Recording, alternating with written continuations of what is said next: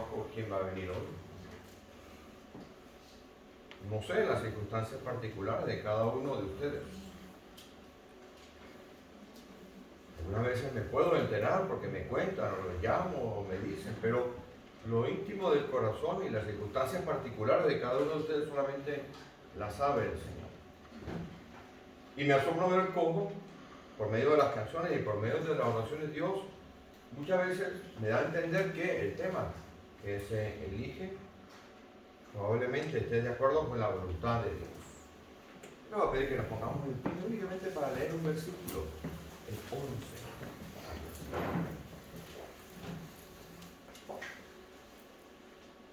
Dice así, Deuteronomio capítulo 32, versículo 11.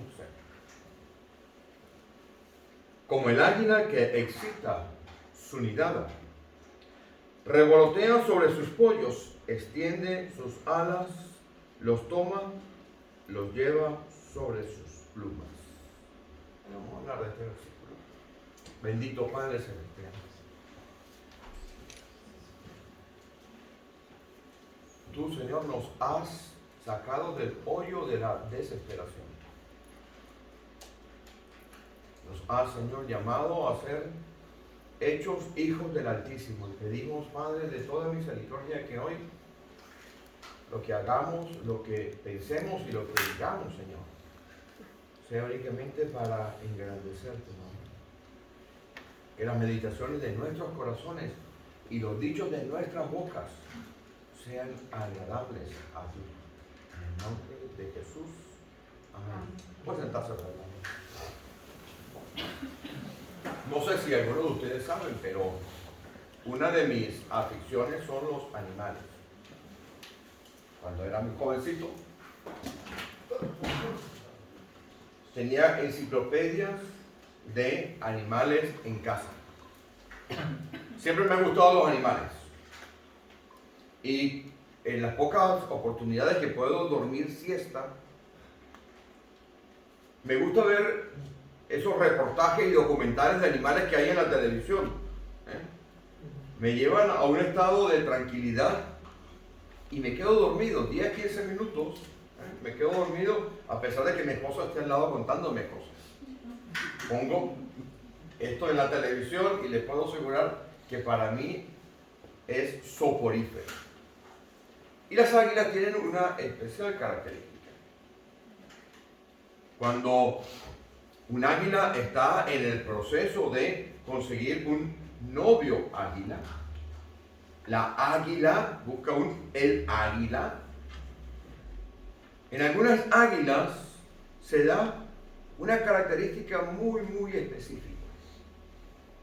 El águila que está buscando un águilo, voy a usar esa palabra, ¿me parece? La águila y el águilo, como ahora usamos estas cosas, hace lo siguiente. Va a un lugar donde haya una gran extensión de tierra, un espacio vacío. Coge una ramita de madera, la coge con las patas y se va arriba, arriba, arriba. Claro, los pretendientes siguen a aquella águila.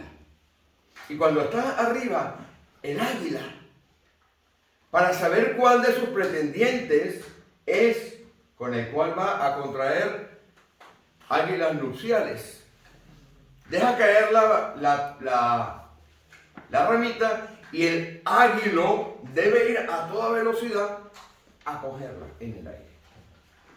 Cuando la águila ve que aquel águilo, ¿sabes que no se dice águilo?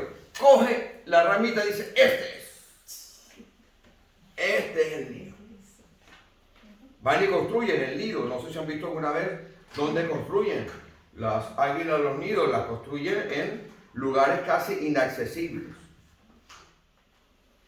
Y cuando nacen los polluelos, después de que el águila ha construido todo el nido, trenzando ese mismo tipo de rama con el cual el águilo se ganó el corazón de la águila, después de que ha construido ese ese nido donde están las ramas entrelazadas unas con otras y salen los polluelos. La águila madre empieza a hacer algo muy interesante. Con el pico empieza a soltar ciertas ramas, de esas ramas que están entrelazadas, de manera tal que cuando ya el polluelo de 20 años de edad, que no se quiere ir de casa, intenta sentarse, siente una rama por aquí, otra rama por aquí. ¿Y qué hace la águila madre? Empieza con las patitas, con las uñas de las patas, a volverle la vida cada vez más difícil a los águilos que no se quieren ir de casa. Hasta que llega un momento en que el polluelo águila empieza a batir las alas, pero todavía no está capaz para volar. Si ese polluelo sale y se cae, puede morir. Entonces la águila madre hace algo muy interesante.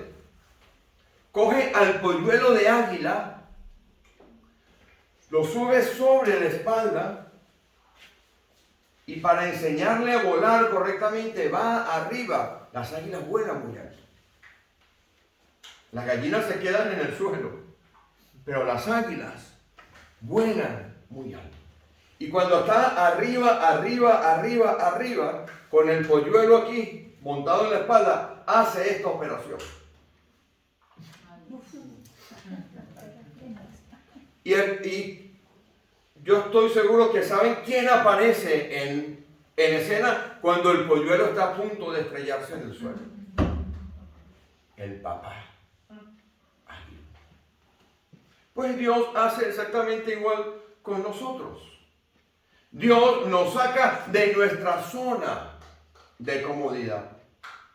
Muchos pasamos mucho tiempo metidos en nuestra zona de comodidad. Estamos tranquilos.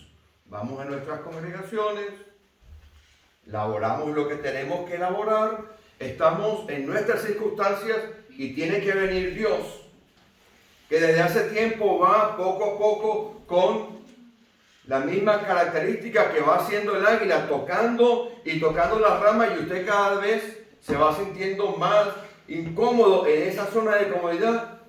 Entonces Dios empieza a trabajar en nuestra vida para que nosotros despleguemos nuestras alas y volemos a donde Él quiere que vayamos. Pero ese trayecto no es un trayecto fácil. Ese trayecto en el que usted y yo hemos pasado o pasaremos, si usted todavía no ha pasado, de ser un polluelo que aprende a volar a ser un águila, en ese trayecto Dios trabaja en nuestra vida de dos maneras. Yo quiero hablar de esas dos maneras en las cuales trabaja Dios en nuestra vida. Vaya conmigo, por favor, a Deuteronomio capítulo 8, allí mismo.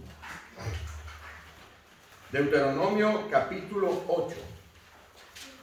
Alguien tiene Deuteronomio capítulo 8 y lo guarda. Y alguna otra persona me busca por favor, 1 Corintios 10, 13.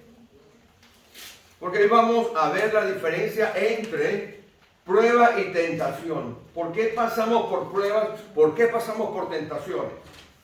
¿Cuál es la diferencia de una y otra? Porque durante muchos años se nos ha dicho, con muy buena intención, que Dios no nos va a dar una prueba mayor de la que podemos soportar. Eso no es cierto. Dios nos va a dar una prueba que prácticamente nos va a aplastar en nuestra vida. Deuteronomio capítulo 8, versículo 2. ¿Quién lo tiene?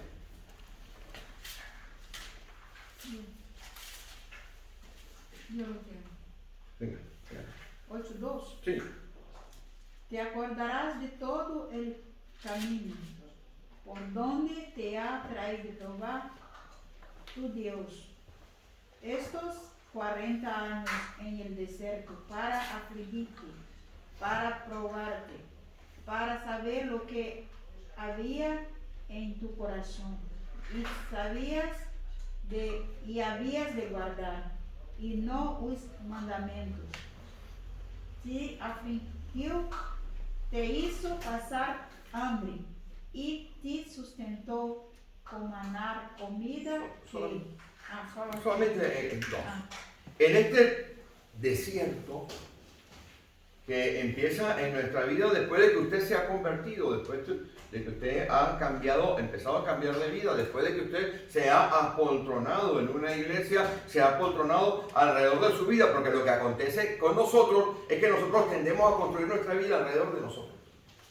Usted entra al cuarto de una persona, a una habitación, y es diferente la habitación de uno de mis hijos, cuando vivían con nosotros, porque ya son adultos, a la habitación de otro.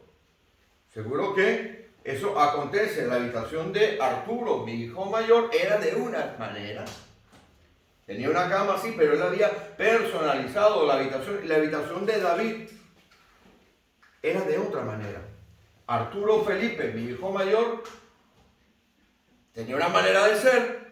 Y David Nicolás, le hemos puesto nombre de reyes, a veces nos sacaban de la pobreza. Y David Nicolás era de otra manera. Igual pasa en nuestra vida. Nosotros construimos nuestra vida alrededor de nosotros. Somos personalistas. Y Dios necesita que esa personalidad propia nuestra sea rota y nos saca de la zona de comodidad y nos mete en un tránsito que algunas veces puede ser de 40 años. Y ese tránsito nos tenemos que enfrentar a dos grandes situaciones. La primera situación que nosotros tenemos que enfrentarnos es a algo que se llama la tentación. La tentación va a venir generalmente separada de la prueba y tenemos que aprender a discernir. Lea 1 Corintios capítulo 1 Corintios 10:13, léalo por favor. não os ha sobrevenido nenhuma prueba que não sea humana, pero fiel Deus, que nos dejará ser probados mais de lo que podeis resistir, sino que dará também juntamente com a prueba la salida para que podáis soportar. Ese versículo que siempre hemos nosotros utilizado como prueba, en realidad trata de la tentación. Sí, porque en mi Biblia pone tentación. Sí, en la versión 95 lo han traducido como prueba. Por eso nosotros nos quedamos con la del año 60. O vamos a la 60 o vamos a la nueva traducción viviente. 95 es esa, del 95. Yo, por mi labor de pastor, tengo que constantemente comparar las escrituras y leer en el original. Me veo obligado a leer en el griego original. Y eso que siempre se ha hablado es la tentación, no es la prueba. Los corintios, que eran una población absolutamente depravada desde el punto de vista sexual, que tenían templos en los cuales había idolatría, y esa idolatría tenía una serie de actos que no eran ni siquiera buenos de repetir ahora, estaban metidos en un gran problema. Tenían muchos dones, pero tenían muchísimos problemas. Y uno de los que tenía allí, si usted lee la primera de los Corintios y la segunda, aunque en realidad hay 3 cartas, se nos ha perdido una, pero una de ellas de la que se ha perdido está contenida en otra de estas. Ahí realmente se sabe lo que estaba aconteciendo. Si usted las lee, usted verá que el problema de orden moral en esa iglesia era increíble. Y él les dice, Pablo escribiendo a las iglesias, le dice que pueden soportar esa tentación, tiene un escape para eso. Entonces, no habla de prueba como generalmente algunas veces utilizamos este versículo para hablar de prueba como tal. La prueba es una cosa, la tentación es otra cosa. Nosotros podemos optar por la tentación, ceder a la tentación o escapar de la tentación. Pablo le escribe a Timoteo y le dice, huye de las pasiones juveniles. Entonces lo primero que nosotros nos vamos a enfrentar en nuestra vida cristiana es, por un lado, a la tentación, que tenemos que saber qué es la tentación, porque estamos volando como ese aguilucho. Cuando estamos a punto de estrellarnos, viene Dios y nos rescata. Porque necesita de nosotros madurez espiritual luego de que nos ha sacado de la zona de confort. ¿Se entiende? Zona de confort, ¿no? Zona de comodidad. Seguro que Todos ustedes tienen su zona de comodidad, ¿sí o no? Todas la tenemos. Inclusive hasta cuando usted está recién casado. Su zona de comodidad. Su zona de comodidad, de confort, su manera de hacer las cosas, su personalidad choca con la de su esposo o su esposa.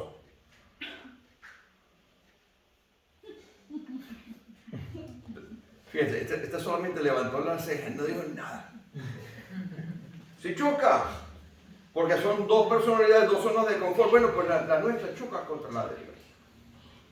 Pero esto no es prueba.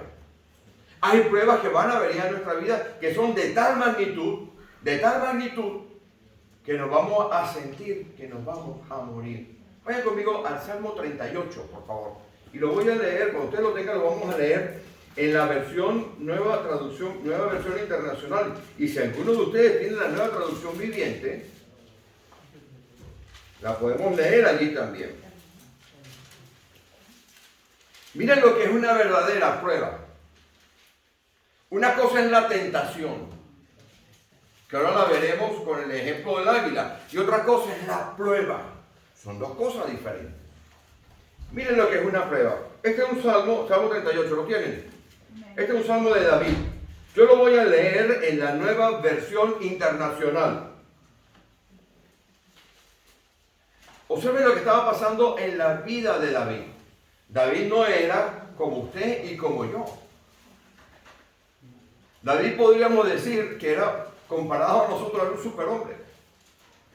No solamente era un ungido de parte de Dios, sino que era un gran cantante, era un gran músico, era un gran guerrero, también era un exterminador. No nos creamos que David era una perita en dulce, porque cuando iba a donde los filisteos se cargaba un montón de filisteos. Y los filisteos lo utilizaron como una especie de ISIS, como una especie de arma de exterminación. Este es un hombre que estaba también sujeto a un pecado de tal magnitud que cuando vio a Betsabé, la esposa de Urías Eteo, todos conocen la historia, ¿verdad? ¿Qué fue lo que hizo? La mandó a traer al palacio. Cuando la señora quedó en la dulce espera, planificó de una manera deliberada cómo matar al marido de ella, a Urías Eteo. Lo mandó a traer para que durmiera con ella y encajetarle el niño al pobre inocente de Urías. Y Urías se quedó dormido a la puerta de la casa y dijo, no, ¿cómo voy a hacer yo esto? Si mis compañeros están peleando en la guerra de Israel, yo no voy a hacer esto, yo me quedo aquí dormido y después me voy a la batalla. Cuando se enteró David, dijo, a este se lo carga, lo pone en lo más fuerte de la batalla y se retiran de allí y lo dejan solo y acabaron con él. Y es cuando lo reprenden en el Salmo 51, el profeta Natán, todos lo conocemos. Pero en ese intermedio del Salmo 51, probablemente se escribe un salmo, este salmo en el cual David estaba sintiendo ya la carga de la prueba de Dios en su vida, que había venido por pecado. Vaya conmigo. 38:1. Señor, no me reprendas en tu enojo. Él ya sabía que no estaba funcionando algo bien. Él ya sabía que Dios estaba enojado con él. No me reprendas en tu enojo, ni me castigues en tu ira. Pero observen lo que está pasando aquí. Tus flechas me han atravesado y sobre mí ha caído tu mano. Es decir, todo el peso de la prueba de Dios en la vida de esa persona lo estaba sintiendo. Si usted se coloca en la posición que estaba teniendo el rey David, porque usted lee el 2 y el 3, dice, tus flechas me han atravesado y sobre mí ha caído tu mano. Por caso de mi indignación, no hay nada sano en el cuerpo. Estaba teniendo dolores. Sentía que le atravesaban flechas. Sentía el peso de la prueba y de la indignación de Dios en su vida. Muchas veces Dios nos mete en pruebas. Y nosotros caemos, no nos levantamos y seguimos metiéndonos y vamos arrastrando el peso de esa prueba en nuestra vida. Pero usted siga leyendo conmigo. por causa de mi pecado, mis huesos no hayan descanso. Su ser interior estaba totalmente destrozado. Eso es una prueba. Una prueba es cuando todo lo que usted ve alrededor no le aporta nada a usted para hallar la solución. Si usted tuviera la solución, no estaría en una prueba. Si usted tiene capacidad para solucionar algo, le puedo decir con toda honestidad que usted echa la mano de eso. Bien sea un amiguete, cuenta bancaria, trabajo, alguna cosa, un psicólogo en casa como tengo yo, alguna cosa para usted. Pero cuando la prueba viene de parte de Dios, todas las situaciones y todas las circunstancias le rodean de manera tal que usted no puede escapar. Usted empieza a sentir todo el peso de la mano de Dios en su vida. Hay pruebas que son como la que está sintiendo David a causa de la maldad que él estaba ejerciendo en su vida. Pero hay otras pruebas que no. Hay otras pruebas que vienen en nuestra vida que son absolutamente diferentes de las tentaciones, que vienen porque es el plan de Dios para hacer algo en nuestra vida. Vayan conmigo a Job 17, versículos 1 y 2, que nos lee.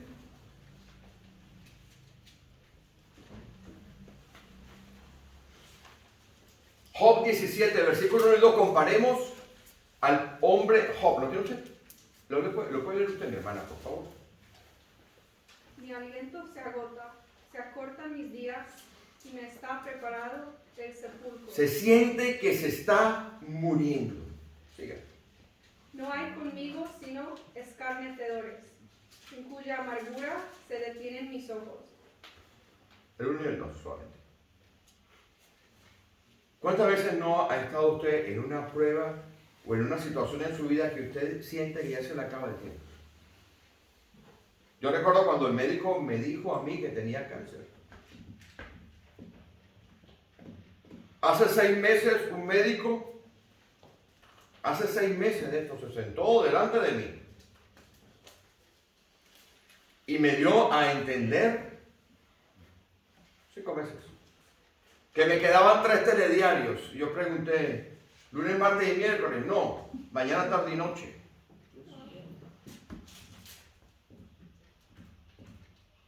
Y por causa de la pandemia no me podían hacer los exámenes con la velocidad que tenían que hacerlo. Tengo que decirle que no es un momento grato en la vida de una persona. Usted que tiene a su marido con cáncer, es un momento muy complicado. Y llamo a mi sobrino que es médico en Chicago, en un hospital que nuestra hermana conoce, y me dice, tío, sayonara, prepara la cajita de madera.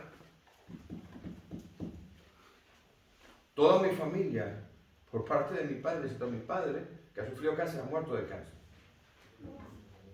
Por parte de mi madre, mis tíos han muerto de cáncer.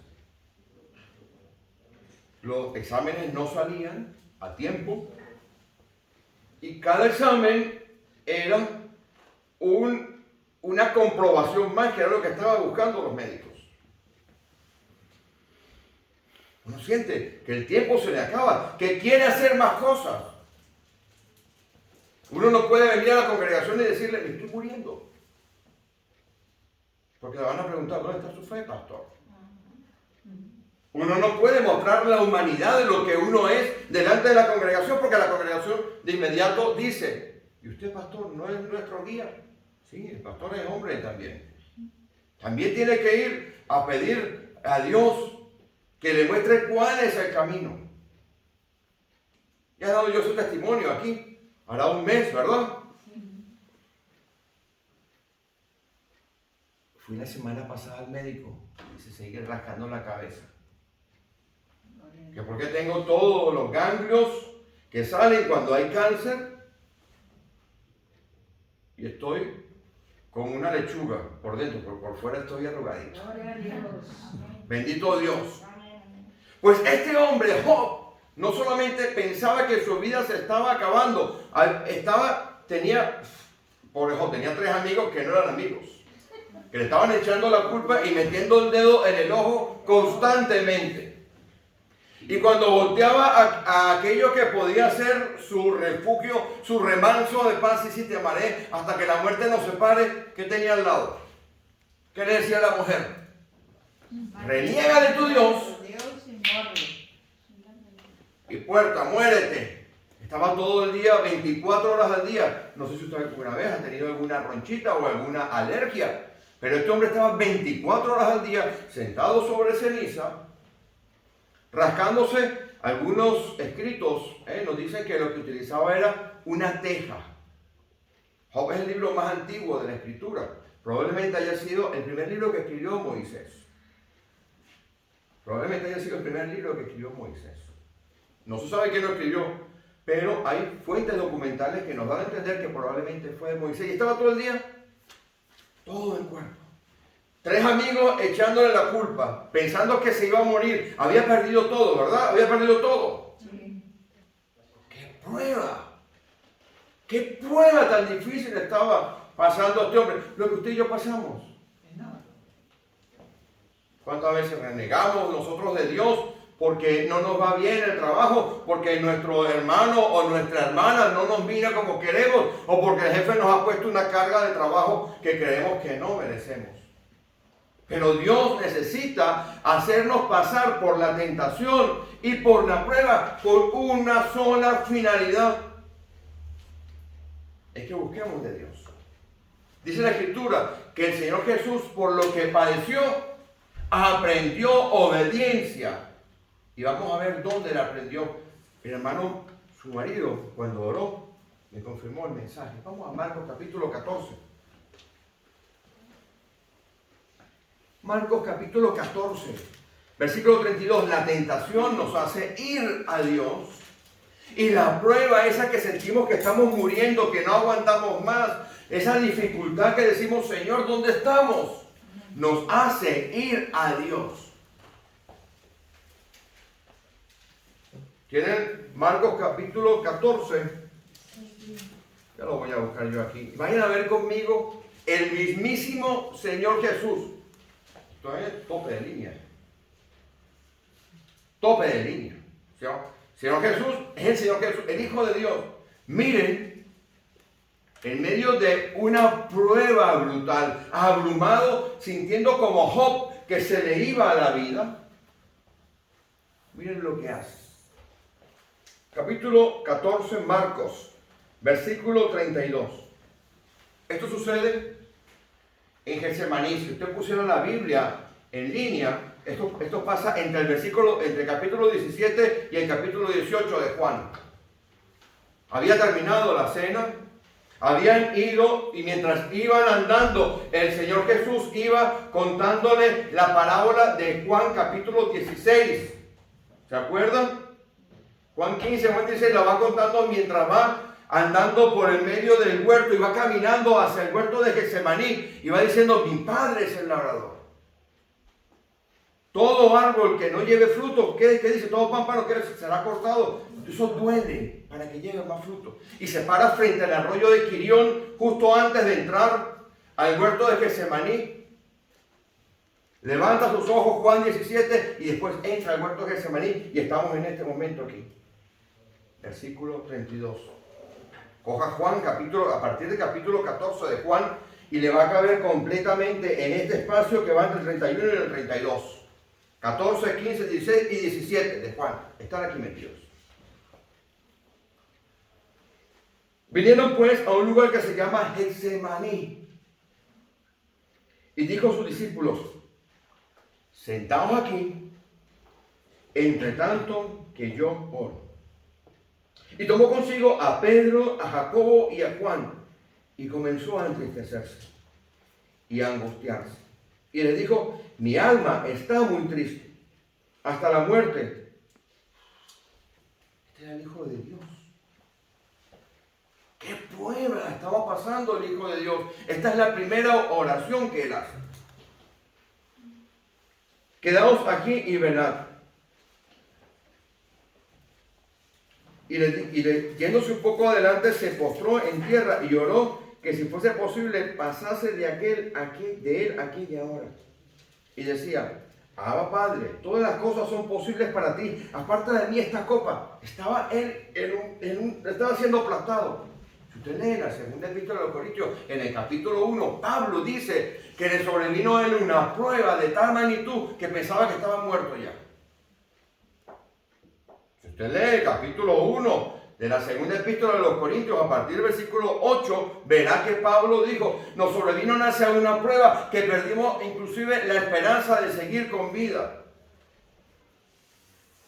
Y esta prueba puede venir en la vida de nosotros en cualquier momento. ¿Por qué? Porque Dios quiere sacarnos de nuestra zona de comodidad. Quiere que usted y yo crezcamos espiritualmente. Seamos personas maduras en todo el contexto de nuestra vida. No polluelos, no niñitos. Dios necesita hombres y mujeres íntegros, integrales, integrados en todos los aspectos de su personalidad y de su carácter, de su vida espiritual, de su vida en casa, de su vida familiar, de su vida social, de su vida comunitaria. Gente responsable, gente equilibrada. Eso es lo que busca Dios. No crea usted que la prueba viene para aplastarle. La prueba viene para que usted, poniendo la mirada arriba, crezca. El Señor Jesús no oró una vez, como aparece aquí. Sigan leyendo conmigo para que descubran cuántas veces fue el Señor Jesús y puso la mirada en el Padre. Y decía, Abba Padre, todas las cosas son posibles para ti. Versículo 36, aparta de mí esta copa, mas no lo que yo quiero, sino lo que tú. Ya había terminado de orar y vino, luego los halló durmiendo. Ya había terminado de orar la primera, los halló durmiendo. Y le dice, Simón, ¿duermes? No has podido velar una hora. Había orado una hora. Cuando usted está en la prueba, ¿qué hace? ¿Usted ora? ¿O usted reniega de la prueba y reniega de Dios? Dios nos mete en esta prueba. Si Él ve que usted está a punto de caerse, Él va a ir y le va a levantar. Ya había orado el Señor Jesús la primera vez una hora. Velad y orad para que no entréis en tentación. El espíritu a la verdad está dispuesto, pero la carne es débil. Otra vez va y ora. Lleva dos. El mismo Hijo de Dios, Jesús, en quien habita la plenitud de la deidad en medio de una prueba, fue al Padre, no una, no dos, sino 3 veces. Ven conmigo, lo van a descubrir en el texto. Otra vez fue, versículo 39, lloró diciendo las mismas palabras, lleva 2. Terminó de orar y vuelve otra vez. Y en el versículo 41 viene la tercera vez en el griego original y en la nueva traducción viviente, oró por tercera vez. 3 veces. Cuando usted está en prueba, en dificultad, ¿cuánto tiempo ora? 5 minutos hasta que se cansa y mira que la prueba no se le ha levantado, o usted va verdaderamente a Dios y ora continua y perfectamente en la voluntad de Dios. Dios, si tú quieres, pasa de mí esta prueba, pero no quiero que se haga lo que yo quiero que se haga lo que tú quieres. Esa es la actitud de un cristiano. No es echar la culpa a Dios, echar la culpa a los hermanos, echar la culpa al pastor, echar la culpa a las circunstancias. Es pararse sobre sus pies, como una hija y como un hijo de Dios, como una persona madura, y decir, Señor, ¿qué me estás enseñando de esta prueba? Pablo pasó por aquí. Pablo pasó por aquí. Vamos a esa epístola, a la segunda de Corintios. Ya vamos terminando, mi hermano, no le quiero coger mucho tiempo. En la segunda epístola de los Corintios, el versículo 8 del capítulo 1, lo voy a leer yo para aligerar el tiempo. Pablo, usted coge a todos los cristianos que hay ahora, los mete en una licuadora y sale así de Pablo. Pablo llega hasta arriba y sale así de Pablo. De hombros arriba yo creo que era el cristiano más espectacular que ha habido, porque parte de la teología que tenemos nosotros viene de Pablo. tuvo un ministerio de 14 años. Primero fueron 17 años de ministerio de Pedro en Jerusalén, y después cuando va desapareciendo Pedro al cabo de 17 años, capítulo 13 y 14 de Hechos de los Apóstoles, entra la figura de aquel que había sido escogido del vientre de su madre, que es el apóstol Pablo. Miren lo que pasa con el apóstol Pablo. Porque, hermanos, versículo 8, no queremos que ignoréis acerca de nuestra tribulación. La misma palabra que usted ve en Job, la misma palabra que usted ve y encuentra en David, la misma palabra que es la angustia que estaba viviendo el Señor Jesús. No queremos que ignoréis acerca de nuestra tribulación que nos sobrevino en Asia, pues fuimos abrumados sobremanera, a tope, como dice en España. Esto no, lo siguiente. Más allá de nuestra fuerza. No, pastor, mire, Dios no va a ponerme una prueba que yo no pueda resistir. ¿Qué dice esto? Lo que va a permitir es que el diablo le tiente a usted más allá de lo que puede resistir. Pero la prueba, mi hermana, mi hermano, tengo que decirle responsablemente, después de 40 años de ministerio que lo he vivido, que he perdido una hija, está diseñada para quebrarle a usted. Para que usted, en medio de la prueba, sintiéndose aplastado, usted voltee los ojos a Dios. Lea. Fuimos abrumados sobremanera, más allá de nuestras fuerzas. No podía. No puedo más, Señor. No puedo más. Padre, pasa de mí esta copa. De tal modo que aún perdimos la esperanza de conservar la vida. Estaba como Job. ¿Tenés yo Job, capítulo 17? ¿Cómo estaba? Ya no tengo aliento, ya me estoy muriendo.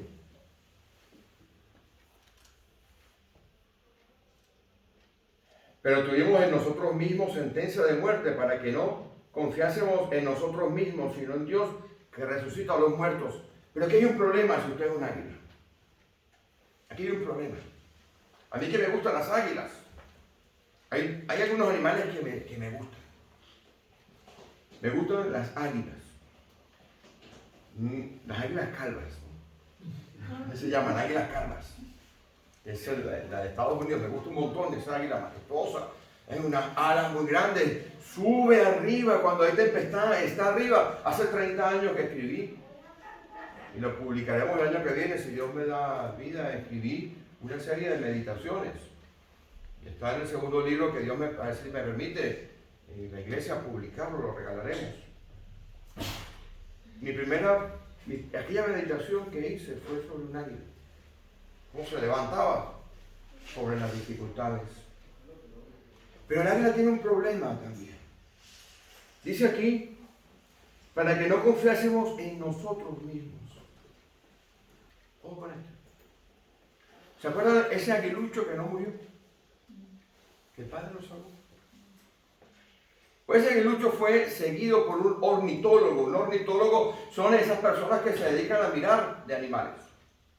Y un día estaba ese joven ornitólogo mirando la majestuosidad de aquella águila, cómo había pasado de ser un polluelo a un águila grande. Y cómo volaba alto y estaba mirando el águila y ve que el águila va y se tira en picado. Ustedes saben cómo hacen las águilas, que llegan las alas y van directamente abajo. Y cuando ve el águila, coge algo en medio del descampado y con algo en las garras empieza a remontar el vuelo. Y cuando está remontando el vuelo y está arriba, repentinamente el águila cae. Y el ornitólogo pensó, quizás alguien le ha disparado al águila. Quizás ha acontecido que alguien le ha disparado, le ha escuchado disparos y durante 2 horas buscó al águila. Cuando la consiguió el águila en el suelo, la voltea. ¿Y sabe lo que tenía el águila? Tenía un topo que le había mordido en el corazón y la mató. Cuando usted confía en sus propias fuerzas. Usted le da entrada al diablo en su vida para que él haga lo que él sabe hacer, morder en su corazón y matarle. Si fuésemos, y ya no les voy a cansar más, a la segunda epístola del apóstol Pedro, nos dice sobre vuestra fe, ir añadiendo cada día en esos 40 años de recorrido que leímos en Deuteronomio capítulo 8, versículo 2. En ese tiempo de maduración en el cual Dios nos somete a prueba, tenemos que ir sobre nuestra fe construyendo otras cosas y siempre teniendo la mirada en Dios, porque el diablo va a querer que usted ponga la mirada en otra cosa. Esa águila, ese tipo de águila, sabe que los topos la matan. Se confió. Termino con la segunda epístola de los Corintios, lo que hemos cantado hace un rato.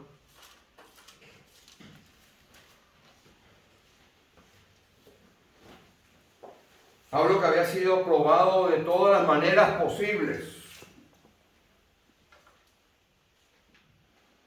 En el capítulo 12 de la segunda de Corintios, Pablo, que era un águila completa, entendió que la fuerza para vencer la prueba, la fuerza para vencer la tentación, para que el topo no mordiera tu corazón, porque cuando el águila cogió al topo y se lo pegó, ¿sabes lo que es un topo, no? ¿Sabes lo que es un topo? Sí. More. What do you say more in Spanish? No sé. Un topo es un animalito que va debajo de la tierra y se come las cosas debajo de la tierra. No sé cómo lo llamarán aquí.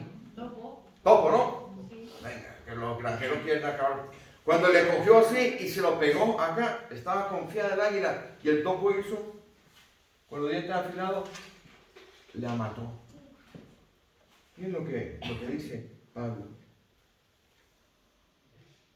Versículo 7 del capítulo 12. Para que la grandeza de las revelaciones no me exaltase desmedidamente, me fue dado un aguijón en mi carne, un mensajero de Satanás que me abofetee para que no me enaltezca sobremanera. Respecto a lo cual 3 veces he rogado al Señor que lo quite de mí y me ha dicho: bástate mi gracia, porque mi poder se perfecciona en la debilidad. Y el versículo 10 termina, dice: cuando soy débil, entonces soy fuerte. Dios le va a meter, mi hermano, mi hermana, como me ha metido a mí, en una prueba. Y va a depender de dónde pone usted los ojos. Dice la Escritura que por lo que padeció el Señor Jesús, aprendió obediencia. ¿Usted cree que nosotros no vamos a ser probados? ¿Que no vamos a ser tentados? Pues cuando pase esto, mi oración, mis hermanos, es que usted haga como el Señor Jesús, vaya al trono de la gracia. 3 veces fue, 3 veces fue. Parece que hubiera ido 2, ¿verdad? Pero si leemos el texto con calma, fue 3 veces. Amén.